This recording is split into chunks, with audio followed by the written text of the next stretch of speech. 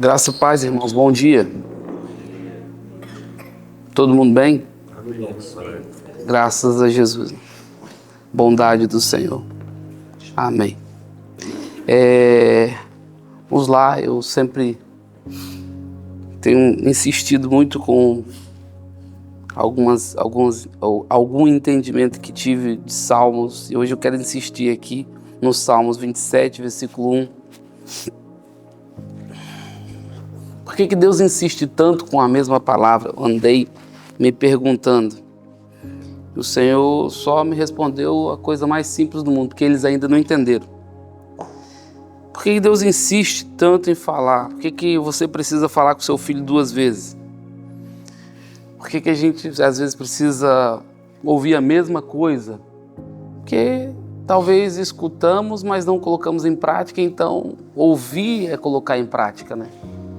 Escutar é só um barulho.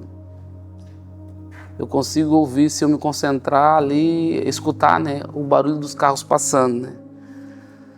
Mas ouvir é colocar uma atenção extra e colocar zelo e prática naquilo que você está ouvindo. Então Deus está insistindo com a mesma coisa, é porque essa mensagem não pode se perder. Jesus inicia o seu ministério falando de uma coisa e ele termina falando da mesma coisa. Quando Jesus ele vai ter com João, ele demonstra o quê? Humildade em reconhecer a parte de João. E era o Filho de Deus. Quando ele vai terminar, no capítulo ali, quando ele está fazendo a ceia, ele vê os discípulos do lado de fora da Páscoa, ninguém queria entrar porque não tinha ali um servo para lavar os pés. Ele passa a mão na toalha, na bacia, e a imagem que ele quer deixar é a imagem de servir uns aos outros. Por que ele insiste tanto? E a vida dele toda falou isso. Porque é uma coisa fácil de esquecer. Daqui a pouco a gente não está querendo servir as pessoas, né? Basta subir um degrau, né, na patente, né? Um reconhecimento que recebe, um título ou qualquer coisa, começa a se esquecer de que toda honra, toda glória, todo louvor, se alguém é merecedor de adoração, é Ele. Isso é uma lição. Por isso Deus insiste tanto com algumas coisas. E aqui no Salmo 27, no versículo 1, tem um dos conselhos mais poderosos que eu considero, tem mexido comigo durante esse ano que eu estou estudando mais sobre Salmos, que diz: o Senhor é a minha luz e a minha salvação, a quem temerei? O Senhor é a força da minha vida, de quem me recearei? Tem duas questões aqui que devem ser vistas, né? Sobre a quem nós estamos temendo, né? E quem nós estamos receando. Às vezes a gente gasta muito tempo receando e temendo da pessoa errada. E a Bíblia vai falar bem assim: não tenha medo daquele que pode matar o seu corpo, mas aquele que pode lançar a sua alma no inferno. Ou seja, se há algum receio, irmãos, tem que ser o receio de ficar longe de Jesus. Se há algum medo, por isso que eu entendo que alguns, quando cheios do Espírito Santo, como no caso de Estevão, como no caso de apóstolo Paulo, como no caso de Tiago, que foi decapitado, e até mesmo Pedro, que escapou daquele dia, irmãos, que o anjo foi abrindo a porta, mas depois não escapou da segunda vez. Morreu, foi decapitado, foi crucificado de cabeça para baixo. Então, eles não receavam a morte, eles receavam em não cumprir a vontade de Deus. Eles receavam em não terminar o propósito pela qual foram chamados e que Deus desenhou uma história para eles. E hoje, nessa manhã, eu queria que vocês pensassem: tenha temor de não cumprir aquilo que Deus desenhou para você, porque a sua vida ela está caminhando para o fim. E se você não fizer aqui o seu cronos, a sua caminhada, né, corretamente, você vai ser lançado num futuro sem Ele. Eu vou te dizer, irmãos, não existe futuro sem Deus. Futuro sem Deus é aquilo que nós chamamos de inferno. O inferno de saber o que eu deveria ter feito, mas eu não fiz porque eu preferi o meu sofá, porque eu preferi o meu conforto, porque eu preferi não me chatear. Quando, na verdade, irmãos, é perceber que o fogo está se apagando, eu entendi, eu me levantarei no Senhor, vou pegar os gravetos e vou colocar a minha vida em reação contra isso. Então, esse é o ponto. Medo é um problema grave, porque se você tem medo da situação errada, você vai viver tentando fugir do inferno, quando na verdade você devia viver perseguindo o céu, a eternidade. Ele disse que tem uma morada para nós. Existe um lugar para você, existe um lugar para a sua família, existe uma morada. Existe um lugar em Jesus Cristo. Jesus Cristo é esse caminho, essa ponte, esse acesso. Quando o pecado aconteceu lá no jardim, o diabo conseguiu levantar um muro entre nós e Deus. Mas quando Jesus morreu na cruz, ele não só derrubou o muro, como ele também fez uma ponte. Ele devolveu o acesso e hoje nós temos um acesso. Então, medo não é apenas um sentimento, irmãos. Medo é uma prisão. Tem muita gente aprisionada no medo. Mesmo religiosamente, mesmo pensando religiosamente, mesmo falando religiosamente, tem medo. Eu tenho medo de me frustrar, eu tenho medo de me machucar, eu tenho medo de não conseguir, eu tenho medo de não alcançar. Irmãos, esse é o problema também. O medo também é causado por achar que é você que faz. Embora você use as suas mãos, é a mão de Deus, é o poder de Deus, é a graça do Senhor, é a mão de Jesus que alimenta, que sustenta as nossas vidas. O Senhor é a minha luz e a primeira coisa que Ele fala para combater esse medo é uma mente renovada. Luz fala de iluminação de entendimento, mente renovada. Luz é mais do que iluminação. Luz não é algo artificial que você coloca o dedo no interruptor ali, você libera a luz para um salão. Luz é entendimento. E quando você tem um entendimento, quando você entende alguma coisa, ninguém pode assaltar nunca mais esse entendimento. Você pode estar em qualquer lugar, irmãos. Aquele entendimento vai sempre tocar lá. O que você está fazendo aqui? Você já entendeu. O que você está fazendo? Então, irmãos, quando Deus ele desperta entendimento, nós não conseguimos mais ser o mesmo. Por isso que alguém pode estar lá no meio da bagunça, o primeiro pensamento que vem na mente, o que eu estou fazendo aqui? Meu Deus, o que eu estou fazendo aqui? O que eu estou fazendo? Me livra disso, porque o Senhor é a minha luz. E eu quero profetizar nessa manhã que o Senhor seja a luz no seu entendimento. Que o seu coração desperte e que você saia desse sono de pensar que tem mais tempo, quando na verdade o nosso tempo está acabando.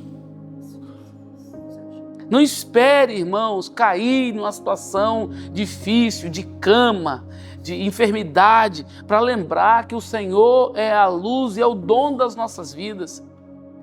Ele é o dono das nossas vidas e se você não estiver em Cristo, você só está caminhando igual The Walking Dead, irmãos. Aí é um corpo sem espírito. Porque, irmãos, nós só podemos estar vivos com Deus. Luz é entendimento. Luz é visão e luz é clareza. Então eu oro nessa manhã por mais entendimento da palavra de Deus.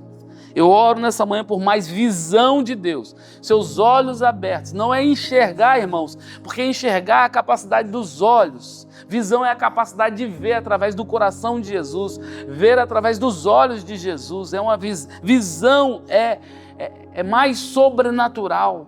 Visão é enxergar. Eu gosto dessa definição que eu li no livro de Miles, há muito tempo atrás. Visão é mais do que os meus olhos podem ver. Visão, irmãos, é mais do que você pode enxergar. Talvez, se você olhar com os olhos físicos agora, você vê, cara, não está acontecendo nada. Mas se você manter o seu olhar com visão, você vai enxergar mais do que os seus olhos podem ver. Você vai enxergar mais do que essa vida temporal que você tem. Você vai conseguir enxergar os seus filhos, você vai conseguir enxergar os seus netos, você vai conseguir enxergar que Deus vai perpetuar a graça dele na sua casa, na sua família. Você vai conseguir ver isso. Isso é visão. É não desistir só de você, é não desistir daqueles que ainda nem nasceram da sua linhagem, que vão ser sustentados por causa de uma Lloyd, por causa de uma Eunice, que guardaram a fé e conseguiram atravessar como legado para Timóteo. Mas você precisa ter hoje, a primeira coisa, você precisa ter luz, você precisa ter iluminação de entendimento, você precisa ter clareza, você precisa ter visão clara. Luz na Bíblia é sempre associado à revelação. É como se Deus tirasse algumas fotografias suas, ele vai para um lugar para poder revelar isso. Aí tem todo um processo para revelar. Então Deus tem uma revelação a seu respeito. E acredite, por mais que a gente gosta desse negócio, e é bom mesmo, às vezes Deus usar alguém, botar o dedo e falar, olha, eu tenho, mas ir para um culto cheio de revelação, quando você sai de lá pensando que Deus vai fazer tudo, e você minimamente não coloca a vida em santidade, não muda esse vocabulário, não para de olhar coisa que não deve, não vai acontecer nada. Porque é claro, irmãos, tirar a pedra foi o homem, desamarrar o morto foi o homem, mas a ressurreição pertence a Deus, mas tem uma parte que você tem que fazer. Se você quer que algo ressuscita na sua vida, tem uma parte que você tem que fazer. Tira essa pedra daí. Elias, ele queria fogo, mas tinha uma parte que o povo precisa fazer. Qual é a parte? Colocar o sacrifício, colocar ordem nesse negócio. As pedras que estão quebradas, ajeitar as 12 tribos, fazer menção das coisas que nós já negociamos com Deus como princípios eternos. Colocar em ordem isso, para depois Deus mandar o fogo do céu. Porque o fogo, Deus que manda. Quer ver? No plantio também, você ara a terra, você semeia a semente, você até rega, mas é Deus que dá o crescimento. Existe uma parte que é de Deus, e essa parte é sobrenatural. Mas a parte que lhe é natural, arrastar essa carcassinha para bem longe da carne. Correr para os pés de Jesus e se despedir diante dele com sinceridade. E Deus vai iluminar, ele vai revelar o que ele tem a seu respeito. Deus quer descortinar, a palavra revelação é a mesma palavra para descortinar. Deus quer descortinar uma realidade que você ainda não conhece sobre você mesmo. Você está vivendo como um sobrevivente, mas Deus te chama de príncipe. Às vezes nós estamos vivendo como um gafanhoto, mas Deus chama a gente de príncipe. Quando Josué escalou lá os 12 espias, e eles foram... Moisés, quando escalou os 12 espias, na qual Josué era um, eles foram mandados para a terra de Canaã. Quando chegaram lá, ele falou, a terra é boa mesmo. Os frutos estão aqui, nós trouxemos a novidade da terra. E na novidade da terra, olha o tamanho desse cacho de uva. Uva era do tamanho de uma laranja, imagino eu, porque 2 homens tiveram que trazer o cacho de uva.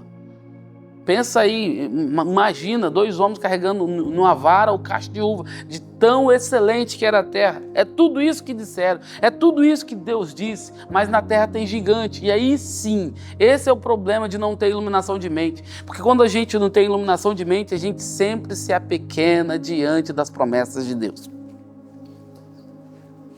Usa outro, Senhor.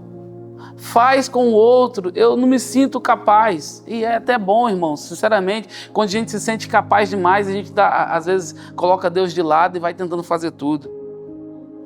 E eles infamaram a terra, porque eles tinham uma palavra, mas eles não tiveram revelação de entendimento. Eles não entenderam, eles não tiveram visão clara e não foram esclarecidos, não porque Deus não tenha sido claro, é porque eles pensavam menos de si, eles pensavam um pouco de si.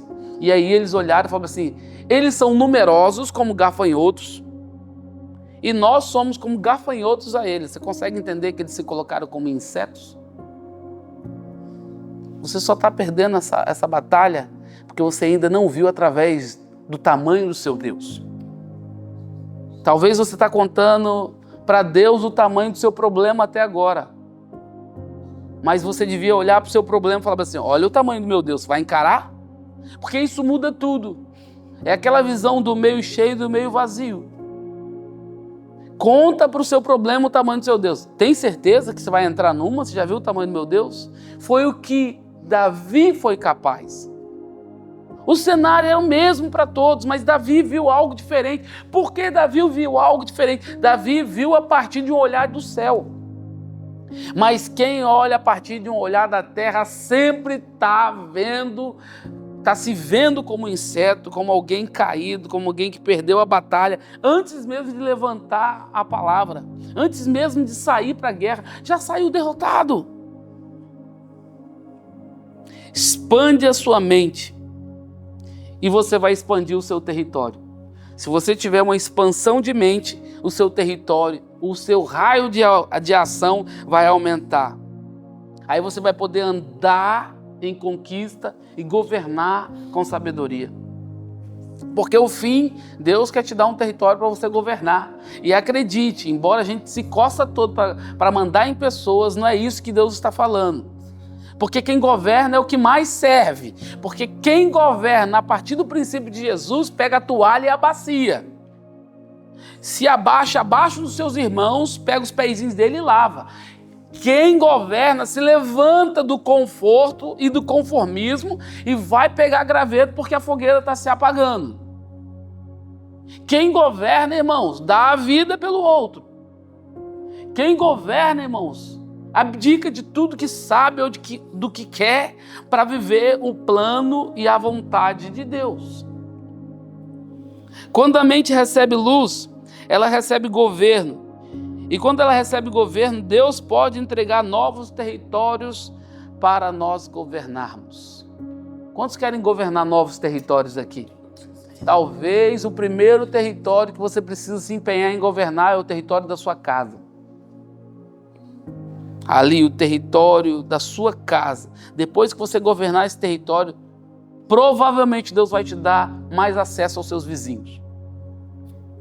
Mesmo que seja sem palavras, só com ação, atitude, andar, subir as escadas, bom dia, presença, aquela presença que só quem caminha com Jesus pode manifestar. E a confiança em Deus é a chave que quebra essas correntes.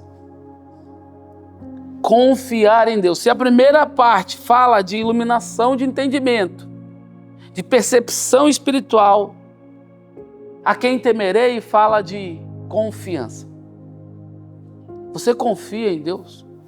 Então por que você toda hora está olhando por cima do muro? Porque você já entra numa batalha vendo o lugar pela qual você vai fugir? Por que você já entra num lugar já medindo, seu terreno de fuga? Isso é o retrato de alguém que não confia em Deus. E não confiar em Deus nos dias que nós estamos enfrentando, irmãos, é o pior perigo que você pode causar para sua casa, para sua família, para você mesmo. A confiança em Deus é chave. E se você entender que chave é o que garante acesso, então a sua confiança garante acesso em realidades, em Deus, na cidade, na família. Não deixe essas correntes te aprisionar, essa corrente da desconfiança, do medo, de não ver Deus como solução, de deixar Deus como a última solução. Irmãos, nós tentamos resolver com o patrão, tentamos resolver com amigos, tentamos resolver até com o pastor, com todo mundo, mas acessamos a Deus em um último instante. Agora só me resta orar. Quando na verdade orar devia ser a primeira ação das nossas vidas como alguém que tem fé em Deus. O medo é uma mentira disfarçada de prudência. E como eu vejo pessoas disfarçando o medo que tem com aquela mentira da prudência. Porque prudência é uma ordem de Deus. Em Provérbios vai nos ensinar que a prudência, irmãos, faz você tomar um monte de decisão boa. Mas a prudência não pode ser substituída pelo medo. É medo ou prudência? Agora, a imprudência é uma fé ignorante também. A imprudência é se jogar daquele pináculo do templo quando Jesus olhou para o diabo e falou: sai, Satanás, está de brincadeira? Você sabe que eu não posso tentar Deus? Então, você tem que encontrar o equilíbrio. Como eu encontro esse equilíbrio, pastor? Entre a prudência e o medo. A prudência e o medo você encontra numa vida no Espírito. Porque o Espírito, ele garante um dom, uma característica do fruto que vai te dar vantagem sobre isso, que é o discernimento do Espírito. Que é interpretar ambientes, interpretar, ter entendimento, entender. Medo é uma ilusão que rouba o seu futuro. O medo faz você nunca encarar descer do barco. Aí parece que nunca acontece. E aí a gente fica ali naquela ilusão, né? Que Deus gosta mais de fulano do que... porque Deus tem mais apreço por aquele. Não, irmãos, Deus te ama todos nós aqui de maneira igual. Mas a verdade é que Ele não pode confiar em todos. Amor é uma coisa, irmãos. Confiança é outra totalmente de Deus. A Bíblia diz que os segredos dele Ele só dá aos seus íntimos. Então, se você quer andar em um lugar diferente em Deus, você precisa ser mais íntimo dele. E para ser íntimo, você vai ter uma visão mais transformada do seu futuro. Deus não te chamou para viver limitado pelas barreiras mentais. E talvez o seu problema é um problema mental. Talvez nessa manhã, eu não estou te chamando de maluco, tá? Embora pareça. Eu estou falando que você está com problema de mente. Está com a mente pequena. E esse problema de mente, irmãos, pode ser resolvido trocando por uma mente de Cristo. Como diz a palavra, vós tendes uma mente de Cristo. Mas nós temos a mente de Cristo. Mas nós temos a mente de Cristo. É a mente de Cristo que resolve o problema mental. Pensar a partir do alto, pensar nas coisas que são de cima, onde Cristo está sentado à destra de Deus e não as que são da terra. É esse o pensamento. Deus te chamou para dominar e ser a resposta onde o mundo só vê crise. Tá crise ali, ó céus, ó vida. E a gente vê, né? Quem assiste um pouco de jornal, né? A gente começa a ver a manipulação acontecendo de toda maneira, né? Mas quem anda na palavra não é manipulado. Aleluia. A última agora vamos liberar a imagem dos OVNIs, né? Vamos liberar a imagem daquilo que a gente sabe, né? A grande manipulação. E aí, quem liberou? Né? O topo do mundo, né? Para quê? Quanto mais distraído você tiver, mais preocupado com a sua própria vida e não se preocupando com a vida eterna, para o diabo é a coisa melhor do mundo. Ele não precisa te tirar da igreja, ele só precisa te deixar fora do jogo. Cuidado, não vos enganeis. Deus não te chamou para viver essa vida limitada. Deus te chamou para dominar e ser resposta onde o mundo só vê crise. Deus te chamou para você... Deus não te chamou só para você sobreviver.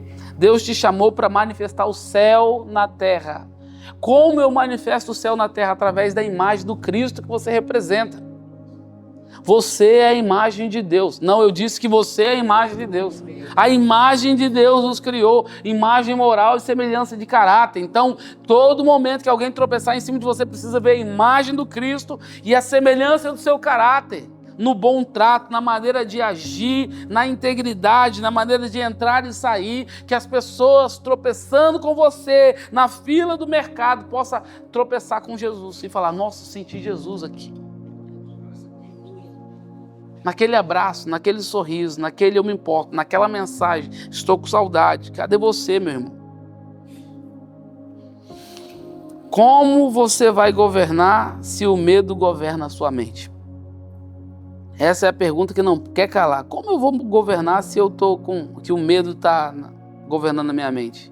E aí a frase que mais me pegou e que eu repeti muitas vezes aqui, talvez você ainda não gravou, mas eu gostaria muito que você gravasse hoje.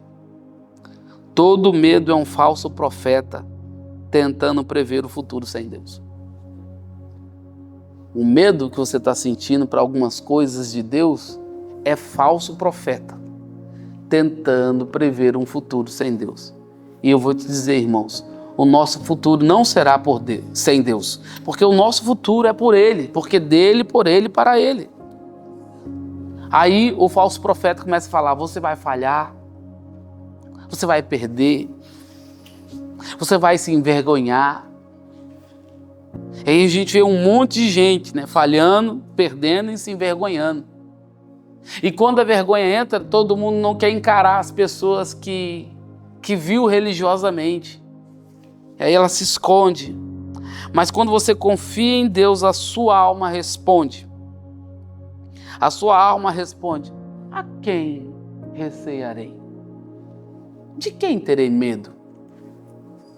Quando você tem aquela iluminação de entendimento, você fala bem assim, eu estou com medo disso. Estou com medo de ir na casa de banho à noite. Jesus do céu, pelo amor de meus filhinhos, né? Assombração? Meu Deus, Jesus. Olha, o seu medo não devia ser esse. O medo mora dentro de casa. O medo é você mesmo. É as suas escolhas e decisões que estão te levando ou não.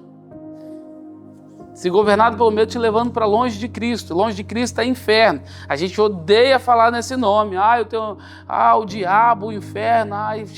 Alguém uma vez falou comigo, pastor, tem que falar um menos na igreja, na sua mensagem. Que diabo de inferno. Você é tão ultrapassado. E eu vi ali aquela ardilosidade da pessoa, querendo o quê? Querendo um coach, né, que vai massagear o seu ego e inflar a mente dele a continuar pecando sem condenação. E eu não estou sendo amigo assim, irmão. Vai para o inferno, sim. Quem não teme, não quer viver santidade, só tem uma coisa esperando, irmãos. O inferno da vida sem Deus. E acredite, irmãos, o inferno vai ser inferno até para o diabo, porque Deus vai pegar o inferno dele, vai jogar no inferno que Deus criou para Satanás e seus demônios, e vai de gaiato no navio todo homem que desobedece a Deus, porque o inferno não foi feito para o homem, o inferno foi feito para Satanás e seus anjos, seus demônios, né, que são anjos caídos, né? Medo mostra trevas, mas a fé revela a luz. Guarde isso, é aqui que eu quero terminar. O medo mostra trevas. Quando você está com medo, só mostra as trevas que está governando sua mente. Mas, quando você tem fé, vai revelar a luz, vai iluminar. Medo mostra limite, mas a fé revela horizonte. Quando você está com fé, você vê para além do que os seus olhos podem ver. Mas quando você está sem fé, você vê uma barreira, uma obra de limitação te proibindo de enxergar. E não é essa a intenção nem o desejo do meu coração para a vida de cada um de nós. Eu quero orar hoje por sua vida, para que você saia desse lugar, para que você entre naquilo que o Senhor mediu para você, que o medo não venha te paralisar, que esse sentimento de medo não venha te aprisionar, que esse falso profeta não venha te iludir com mentiras, quando na verdade Deus te chama de príncipe. O diabo quer falar, você não vai conseguir, para de tentar, é inútil tentar. Não, irmãos, você vai vencer na força do nome de Jesus. porque as portas do inferno não podem prevalecer. E é isso que a gente faz nessa manhã. Senhor, nós oramos ao Senhor nessa manhã, pedindo, Senhor, iluminação de entendimento, clareza. Pai, abra o nosso entendimento, abra a nossa visão, traz clareza nessa manhã. O Senhor é a minha luz, Senhor. Senhor, o Senhor é aquele que ilumina o meu entendimento. Pai, o Senhor é aquele que abre clareza, Senhor, traz revelação para a minha mente, Pai. E eu oro nessa manhã, Pai, para que a minha confiança esteja em Deus e que essa chave possa abrir portas e que esse poder possa quebrar correntes, Pai. O medo não vai mentir para os meus irmãos. O medo não vai, Senhor, se disfarçar de prudência. O medo não vai trazer uma ilusão que rouba o nosso futuro. Muito pelo contrário, nós vamos se manter, Senhor, firme, com o nosso olhar em Jesus, o autor e o consumador da nossa fé, aquele que nos chamou para viver, Pai, aquele que nos chamou para experimentar uma medida recalcada, sacudida e transbordante, aquele que tem a boa, Senhor, agradável e perfeita vontade. Nós hoje estamos aqui, Senhor, abdicando, jogando por terra, Senhor, essas correntes e se apoderando da mensagem que diz que nós fomos chamados para governar. Nós oramos para que cada um aqui governe o seu homem interior e que nós possamos viver, Senhor, as suas promessas. Nós oramos em o nome de Jesus. Amém. Amém.